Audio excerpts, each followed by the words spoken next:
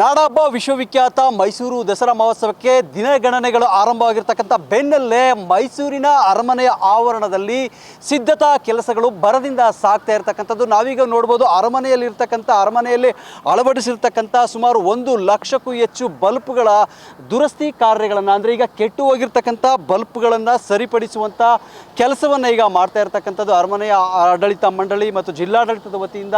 ಏನೀಗ ಸದ್ಯಕ್ಕೆ ಅರಮನೆಯ ಈ ಒಂದು ಭವ್ಯ ಅರಮನೆಯಲ್ಲಿ ಈ 1 ಲಕ್ಷಕ್ಕೂ ಹೆಚ್ಚು ಬಲ್ಪ್ಗಳನ್ನು ಅಳವಡಿಸಿದ್ದಾರೆ. ಆ ಒಂದು ಬಲ್ಪ್ಗಳಲ್ಲಿ ಸುಮಾರು 16,000ಕ್ಕೂ ಹೆಚ್ಚು ಬಲ್ಪ್ಗಳು ಈಗ ಸದ್ಯಕ್ಕೆ ಕೆಟ್ಟು ಹೋಗಿರ್ತಕ್ಕಂಥದ್ದು. ಅವುಗಳನ್ನು ಈಗ ಬದಲಾಯಿಸುವಂಥ ಕೆಲಸವನ್ನು ಈಗ ಮಾಡ್ತಾ ಇರ್ತಕ್ಕಂಥದ್ದು.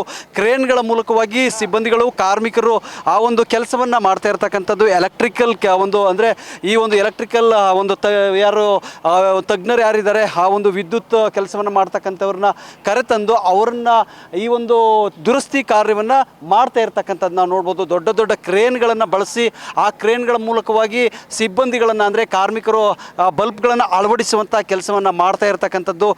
ಜೊತೆಗೆ ಅರಮನೆಯ ಸುತ್ತ ಇರ್ತಕ್ಕಂಥ ಕಾಂಪೌಂಡ್ಗಳಿಗೂ ಕೂಡ ಒಂದು ಕಡೆ ಈಗಾಗಲೇ ಸುಣ್ಣ ಬಣ್ಣವನ್ನು ಹೊಡೆದಿರ್ತಾರೆ. ಈಗ ಬಲ್ಬ್ಗಳನ್ನು ಅಳವಡಿಸುವಂಥ ಕೆಲಸ ಈಗ ಸದ್ಯಕ್ಕೆ ಭರದಿಂದ ಸಾಗ್ತಾ ಇರ್ತಕ್ಕಂಥದ್ದು. ಜೊತೆಗೆ ಅರಮನೆಯ ಆವರಣದಲ್ಲಿ ಇರ್ತಕ್ಕಂಥ 72 ಎಕರೆ ವಿಸ್ತೀರ್ಣದಲ್ಲಿರ್ತಕ್ಕಂಥ ಈ ಒಂದು ಅರಮನೆ ಈಗ ಸದ್ಯಕ್ಕೆ ಮಧುವಣಗಿತ್ತಿಯಂತೆ ಸಿಂಗಾರ ಮಾಡುವಂಥ ನಿಟ್ಟಿನಲ್ಲಿ ಕೂಡ ಈಗ ಜಿಲ್ಲಾಡಳಿತ ಮತ್ತು ಇಲ್ಲಿನ ಅರಮನೆ ಆಡಳಿತ ಮಂಡಳಿ ಎಲ್ಲ ರೀತಿಯ ಬರದ ಸಿದ್ಧತೆಗಳನ್ನು ಮಾಡ್ಕೊಳ್ತಾ ಇರ್ತಕ್ಕಂಥದ್ದು. ಕ್ಯಾಮ್ರಾ ಪರ್ಸನ್ ಕಾರ್ತಿಕ್ ಜೊತೆ ರಾಜೇಶ್, ರಾಜಧರ್ಮ ಟಿವಿ, ಮೈಸೂರು.